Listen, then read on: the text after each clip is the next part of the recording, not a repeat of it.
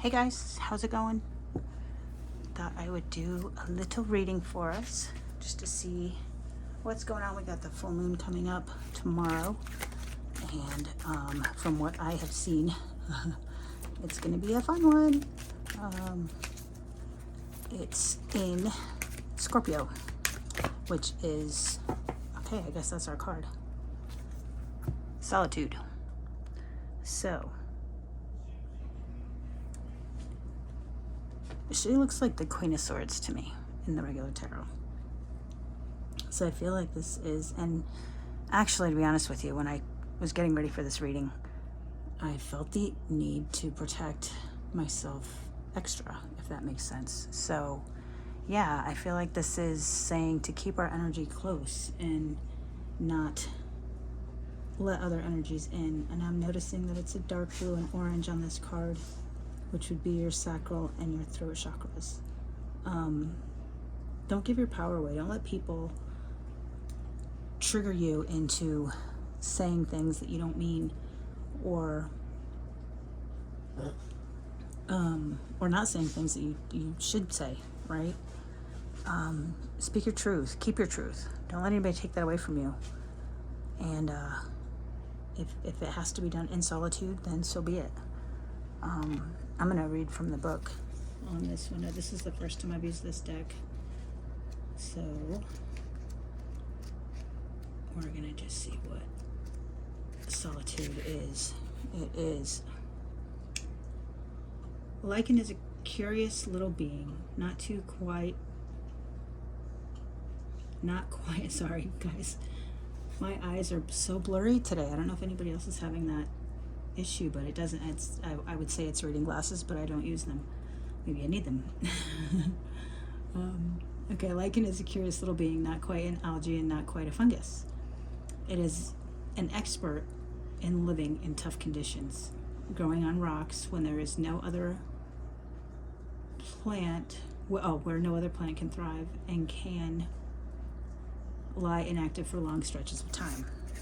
I'm so sorry, guys. I seriously, I can't bring it far enough or close enough. Lycan teaches us that times of solitude are sometimes necessary. There comes a time to honor the hermit, to gather those lost pieces of ourselves, to study, good God, to study, heal, and practice silence.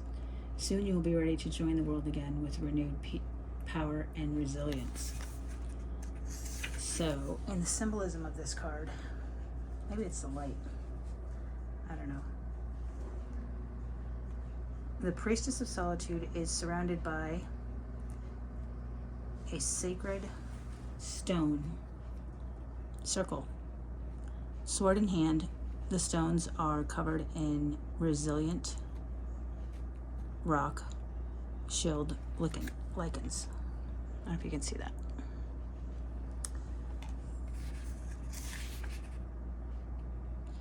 She's backed by the eagle, a bird that flies alone, and one who symbolizes a personal spiritual quest. The Scottish Gaelic words, I'm not going to try to say those, surround her, which means fortunate girl. The priestess embodies the energy of a young maiden about to embark on years of upcoming training to become a wise woman of strength and magic. She's not afraid, for the priestess knows the time is right to journey within. The appearance of the Priestess of Solitude indicates the spiritual voyage into the unknown, and one that can bring great rewards and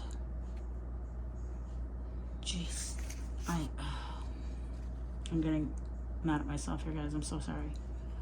Great rewards and revelations. In medieval times, a quest was the start of a courageous journey to accomplish a much longed for goal. Now is the perfect time to go inward and gain spiritual insight, or to embark on a period of training and study. A potent way to gain the gifts of solitude is to go on a long, solitary nature walk. And this is going to be even worse because look at that. Take a small bag with you and collect items from nature that appeal to you. Rocks, stones, twigs, and dried leaves. Collect enough to make a mandala from those items, and as part of your walk, arrange the items in a circular shape on the ground. This act forms a devotional offering of the nature spirits. Ask them to bless your spiritual quest this time of seclusion, and know that it will bring you abundant rewards. Good God, that was painful, you guys. I'm so sorry, but I think the message came through. That it's time to go within. It's time to work on yourself. I know we've all been doing that for a while. I know I have. And I've had to energetically block. And that can be exhausting, right? And I've had to cleanse my space and my energy more often than normal. My space is consistent of one room right now, and that can be challenging. I'm careful that when I leave my cleansed space, I am always wearing slippers or shoes or socks. Our feet are actually the most receptive to energies.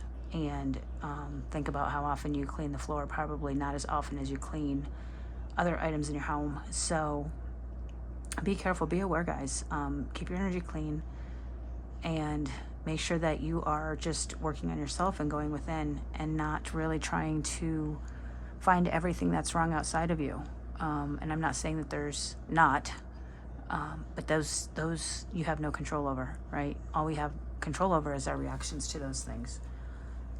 So with solitude, we keep the focus on ourselves, good, bad, and otherwise. And I think that's what this card is telling us to do. Also with the eagle, eagle spirit to me is seeing things from a higher perspective, right? Seeing the big picture of the whole situation, knowing that the challenging times that you're going through are going to be something that you're going to look back on and be grateful for later. And I will steal this from Rich Lopp, who I love dearly. He just did a reading for me, and I love when he says this is, well, first thing is, you have to heal. That's the answer to everything. Just go heal yourself. Work on your healing. And the second thing that he says is,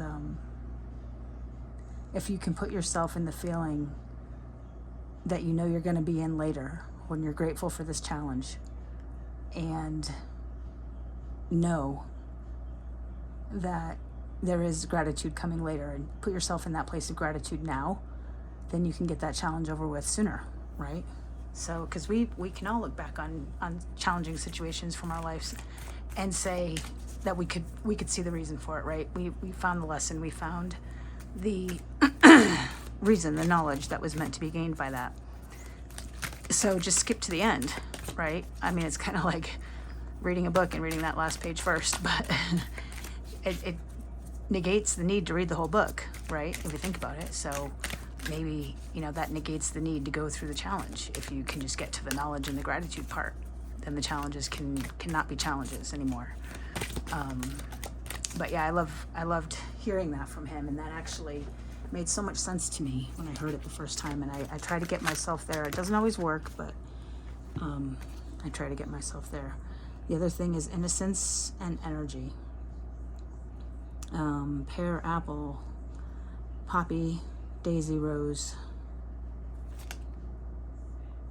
I don't know what that last word is. And we've got, that looks like a Taurus symbol in there. So it might be that you're dealing with Tauruses, or you are a Taurus. There's heavy Taurus in your chart. I myself am a Taurus sun. So there's that. But we'll read up on innocence if I can clear my eyes up here in a minute. And then the next card, which I think is our advice here, is energy. And you see all the nature, right? Which brings us back to the advice from this card. You know, do your nature walk, and it's in a circle, and offer your energy to nature and draw your energy from nature. That it's likely the best advice here. Let's read some innocence. Oh gosh, it's so small. Okay. The very soul of innocence, the humble yet beautiful daisy symbol, summer meadows and happy-go-lucky days feature regularly in medieval artworks. Daisies were thought to represent purity and grace. The presence of daisies in the home can bring happy, playful, creative energy that can lift a heavy spirit and bring a feeling of lightheartedness. So I didn't notice the daisies in here. I know I said it, but I'm actually noticing the mushrooms at the bottom. Mushrooms are kind of a thing. I don't know, I love them. They're in my fairy gardens. And those jumped out at me anyway. Symbolism of this card: the priestess of innocence enjoys being surrounded by nature in a wooden glen. Okay, that's weird. She's dressed in soft pink. I have a story about pink after. If we have time, I'll tell you. In soft pink, and as she meditates, an herb wheel containing daisies, violets, apples, poppies, roses, and mind circles here. Above the priestess sits the crescent moon, surrounded by stars in the night, blue in the night sky. Her mind is pure and light, and she embodies the essence of innocence and goodness. Guys, I can't read anymore because I think it's just taken away from the message. But at the end of the day, what I think this card is saying intuitively, and the story about pink. Okay, so when I was little, I have one sister, and my mother named us with the same initials. We were MMM, and we had the same clothes. Mine were pink and hers were yellow. We had the same room, the same wallpaper. Mine was pink and hers was yellow. We had the same beds, same bedspread. Mine was pink and hers was yellow. So this girl being dressed in pink just reminds me of being a child and not really having that choice, right? And if you notice, I don't have a lot of pink. I don't wear a lot of pink. It's just something that was forced on me as a child. And I don't hate it the way I once did, but I definitely shy away from it. At any rate, it does remind me of being a child. And I think that this card is telling us, with the fairy garden mushrooms that I can see here, and the Taurus symbol at the top, and the apple trees too, is to have the innocence of a child. You know, go back and remember what it was like to be a child, and to not worry, and to not care, and to not care. I shouldn't say that. To not need the validation of others, to not know that that was even a thing. Go back to that. Get back to a place where you knew who you were, and you didn't try to hide that because nobody had told you it was wrong yet. You know, and you guys have heard me say this a lot. Who were you before the world told you who you had to be? Get back there. Find that little girl, find that little boy, whoever, and that childlike wonder and innocence and questions and amazement and just pure, utter innocence is going to be what we're going to need for energies lately. And then the energy card being the advice is, and I do love this card. I like that it's red, which to me is the root chakra. And that is, of course, nature and the body and the 3D and the flight or fight survival mode. This is taking us back to our roots of even cavemen, right? Just pure survival off the land. The apple tree is in there. I don't see, oh yeah, I guess there is, but it's a white apple, which to me is indicative of purity. So let's read if I can get through this. The apple tree is one of the sacred Celtic trees and much revered in the pagan tradition. Apples are the goddess's hallowed fruit and also featured in many legends of Western paganism. Apples are used in countless spells, but are particularly powerful when creating love magic, wishes, and protection from negative energies. On a metaphysical level, the apple symbolizes immortality. Applewood is considered a beautiful material for a wand, one that can be light, fiery, that can bring light, fiery energy to any spell work. I'm not condoning that, guys, the spell work part, but if that's something that you do, then take that as it resonates. But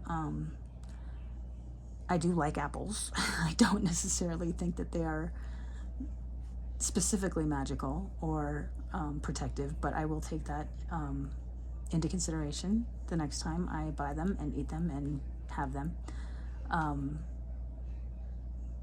That's funny because I was talking to my aunt probably about a month and a half ago about apples and what the significance of those were.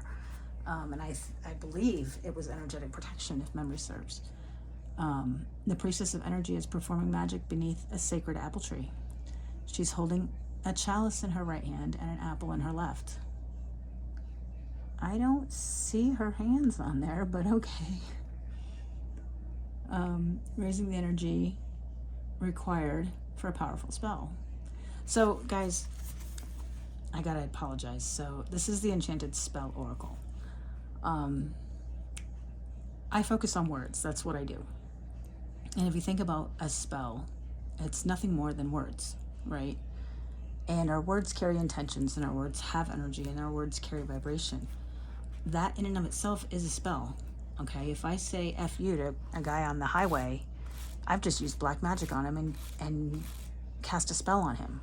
That's literally all a spell is. It's not, it can be the traditional witchy kind of woo-woo thing that everybody is afraid of and whatnot, but it can be as simple as wishing somebody a good day, and that can be putting a spell on them because you've changed their energy. Maybe you changed their bad day to a good day by smiling at them. Maybe you wish somebody well, and they were on their way to do something awful to themselves and you stopped them. That's casting a spell, is it not? This doesn't have to be scary stuff. It's traditional, everyday, normal stuff, just with scary words. So a spell is just words. You spell words like a spelling bee. That's all this stuff is, guys. Don't get scared of it. Don't get turned off because the energy card shows a woman casting a spell. And if you think about what casting a spell is, right? What is a cast of characters in a movie or on a Broadway show? It's the cast, right? It's something you assign someone to do. So think about that. When the next time somebody says cast a spell, you've just assigned words to a person. That's it. It's not religious. It's not religious. It's just a thing. It's not good. It's not bad. It just is. Anyway, I digress.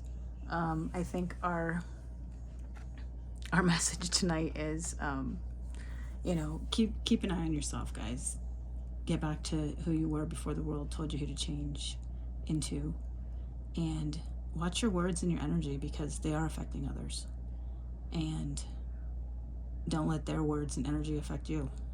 At the end of the day, you are your own universe. So remember that, and remember that you are the only one you have control over. And don't be so quick to judge things like a spell. When you really break it down to its fundamentals, it's nothing more than wishing someone a good day or a bad day. All right, I'm going to leave it there, and I'm going to wish you all a good day and a good night, and we will talk soon. Love and light.